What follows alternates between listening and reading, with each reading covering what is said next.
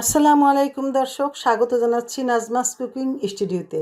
দর্শক, আজ আমি তৈরি করে দেখাবো জিভে পানি আসার মতো একটি রেসিপি। সেটা হলো কাঁচা আমের খোসা সহ টক ঝাল মিষ্টি আচার। এর জন্য আমি এখানে প্রায় 3 কেজি আম নিয়ে নিয়েছি। এই আমগুলোকে আমি প্রথমে ধুয়ে তারপরে শুকিয়ে এই আমগুলোকে আমি কেটে নিছি। একটা আমকে আমি 8 ফালি দিয়ে নিয়েছি, লম্বা করে 1 ফালি আর মাঝখান থেকে 1 ফালি, এভাবে করে আমি আমগুলো কেটে নিয়েছি। এখন আমের মধ্যে আমি লবণ আর হলুদের গুঁড়ি দিয়ে দিব।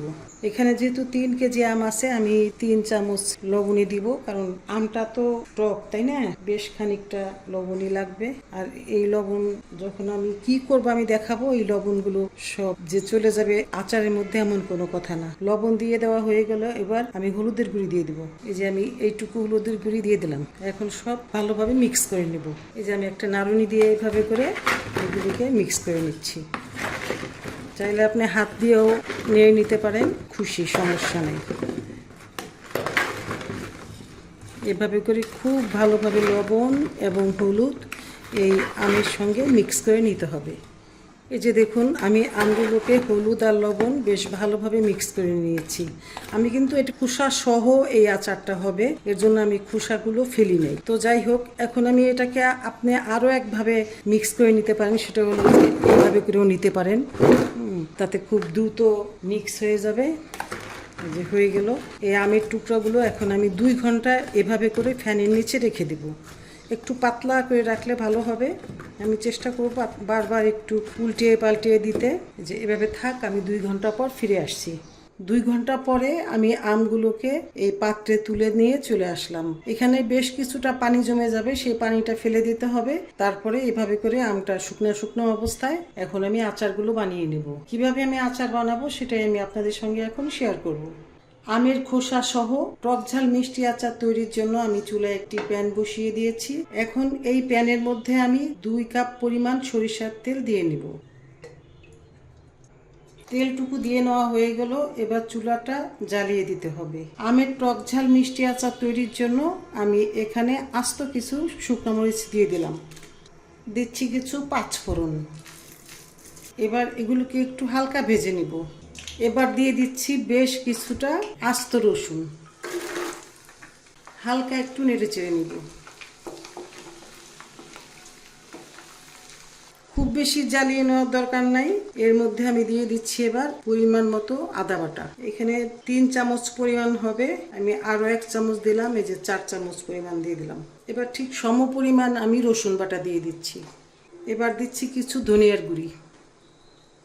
আপনি ধনিয়া বাটাও দিতে পারেন, আমার কাছে যেহেতু ধনিয়ার গুঁড়ি আছে তাই আমি ধনিয়ার গুঁড়িটাই দিয়ে নিলাম। এবার দিব জিরা গুঁড়ি। জিরার গুঁড়িটাও আমি দিলাম, কারণ এখানে আপনি চাইলে জিরার বাটাটাও দিতে পারেন। জিরাটা 2 চা চামচ পরিমাণ হবে এবং ধনিয়াটাও ঠিক তাই 2 চা চামচ পরিমাণ দিয়েছি। এবার একটু হালকা নেড়ে চেড়ে দিব।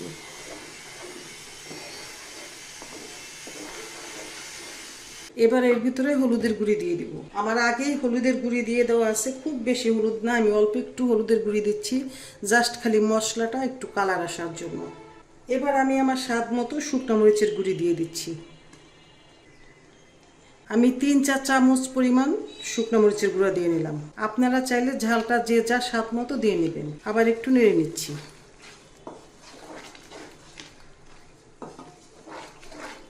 চুলার তাপটা কিন্তু খুব বেশি বাড়িয়ে রাখি নাই, কারণ তাহলে মশলাটা পুড়ে যাবে। আমি মশলাটা খুব হালকা হিটে আস্তে আস্তে করে কষিয়ে নেব। এর মধ্যে আমি কিছু তেজপাতাও দিয়ে নিচ্ছি, আমি চিড়ে দিলাম।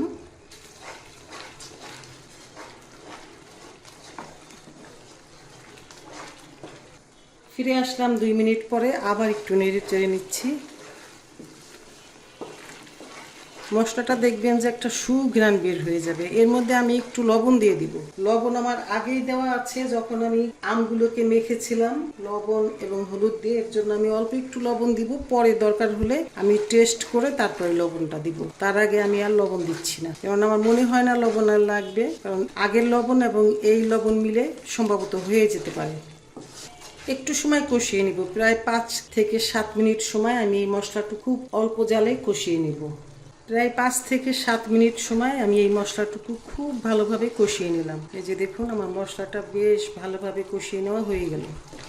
এবার আমি এই মশলার ভিতরে চিনি দিয়ে দিচ্ছি। চিনিটা কিন্তু আমি প্রায় 1 কেজি পরিমাণ দিব, কেননা আমার এখানে আম আছে প্রায় 3 কেজির উপরে, তো এর জন্য আমার চিনিটা লাগবে। আমটা যেহেতু টক আম, আরও একটু চিনি দিব, আর দিব না। এখন এই চিনিটুকু মেল্ট করে নেওয়ার জন্য আমি এর ভিতরে ভিনেগার দিয়ে দেবো। এই যে আমি সাদা ভিনেগার ব্যবহার করতেছি। এখন চিনিটা মশলার সঙ্গে খুব ভালোভাবে মেল্ট করে নিতে হবে। এই যে দেখুন কি সুন্দর একটা কালার আসছে, আরো সুন্দর হবে। একদম চিনিটা মেল্ট হয়ে যাবে, তারপরে আমি এর ভিতরে আম দিব। চিনিটা মেল্ট হতে থাক হালকা জালে, তারপরে আমি যখন আম দিব তখন আমি আপনাদের দেখাবো। এই যে দেখুন চিনিটা প্রায় গলে আসছে, আমি আরো একটু মেল্ট করে নিব চিনিটা। এই যে চিনিটা এখনো কিন্তু পুরোপুরি গলে নাই, তো পুরোপুরি গলার জন্য আমি আরো একটু জ্বালিয়ে নেব।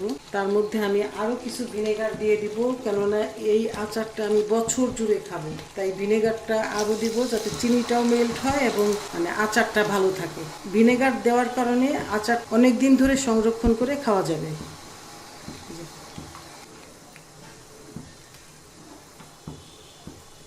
এখন চিনিটা মোটামুটি বেশ গলে গেছে একেবারে।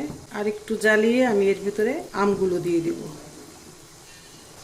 আমগুলো দেওয়ার আগে আমি এখানে কিছু সরিষা বেটে রেখেছি, আমি এর ভিতরে একটু সরিষা বাটা দিয়ে দিচ্ছি। যে 5-6 চামচ পরিমাণ সরিষা বাটা দিয়ে দিলাম।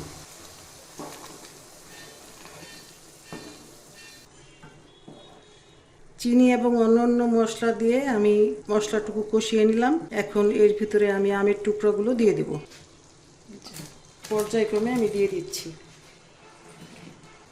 এই যে সবগুলো আম দিয়ে দেওয়া হয়ে গেল, আমের টুকরাগুলো এবার একটু নেড়ে চেড়ে নিব। মশলার সঙ্গে আমের টুকরাগুলো নেড়ে চেড়ে নিব। চুলার জালটা এখন হাই হিটে রাখতে হবে। এই আচারটা আপনি চাইলে পোলাও, তারপরে ডাল ভাত, খিচুড়ি, এমনি এমনি খুবই মজা করে যে কোনো কিছুর সঙ্গে খেতে পারবেন। এতটা স্বাদের কি বলবো, বানিয়ে না খাওয়া পর্যন্ত আপনার এটার স্বাদের কথা বুঝতেই পারবেন না। সব আম যখন দিয়ে দেওয়া হয়ে গেল, এখন এই আমগুলোকে আমি জ্বালিয়ে সিদ্ধ করে আচার বানিয়ে নেব। মাঝে মাঝে নেড়ে চেড়ে নিতে হবে, তা না হলে কিন্তু নিচে লেগে যেতে পারে। তাড়াহুড়া করে যদি এইসব জিনিস বানাইতে যান তাহলে কিন্তু ভালো হবে না, টেস্টও হবে না, নষ্ট হয়ে যাবে। খুবই সতর্কতার সাথে এগুলো তৈরি করতে হয় শৌখিন খাবারগুলো। এখন আস্তে আস্তে হবে, চুলার তাপটা হাই হিটে রাখা আছে, এভাবে করে হতে থাক, তারপরে আমি আপনাদের দেখাবো। এখনো কিন্তু আমার আচার বানানো শেষ হয়নি, আরও কিন্তু কয়েকটা জিনিস দিতে হবে, সেগুলো আমি আপনাদের পরে দেখাবো। আগে আমার এই আমগুলো মোটামুটি আচারের যোগ্য সিদ্ধ হোক। আমি এই আচারটা আধা ঘন্টার সময় জ্বালিয়ে নিলাম। এখন আমার আচারটা মোটামুটি হওয়ার পথে। এই অবস্থাতে আমি এর ভিতরে কিছু মশলা দিয়ে দেব। আমি আপনাদের বলছিলাম যে আমি একটা মশলা দিব। এই যে এটা হলো 5 ফোড়নের মশলা গুঁড়ি, এই গুঁড়িটা আমি এখন এর ভিতরে দিয়ে দিব। আরও একটা জিনিস দিব আমি, এটা হলো চিলি ফ্লেক্স, শুকনো মরিচের গুঁড়ি আর কি, ভেজে আমি গুঁড়ি করে নিছি, সেটা দিচ্ছি। এখন হালকা হাতে সব একটু নেড়ে নিব।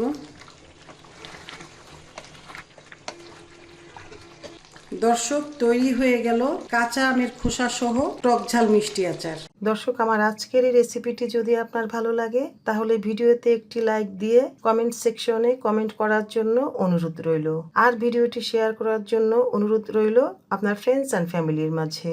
এত সময় আমার পাশে থাকার জন্য আপনাকে অনেক ধন্যবাদ।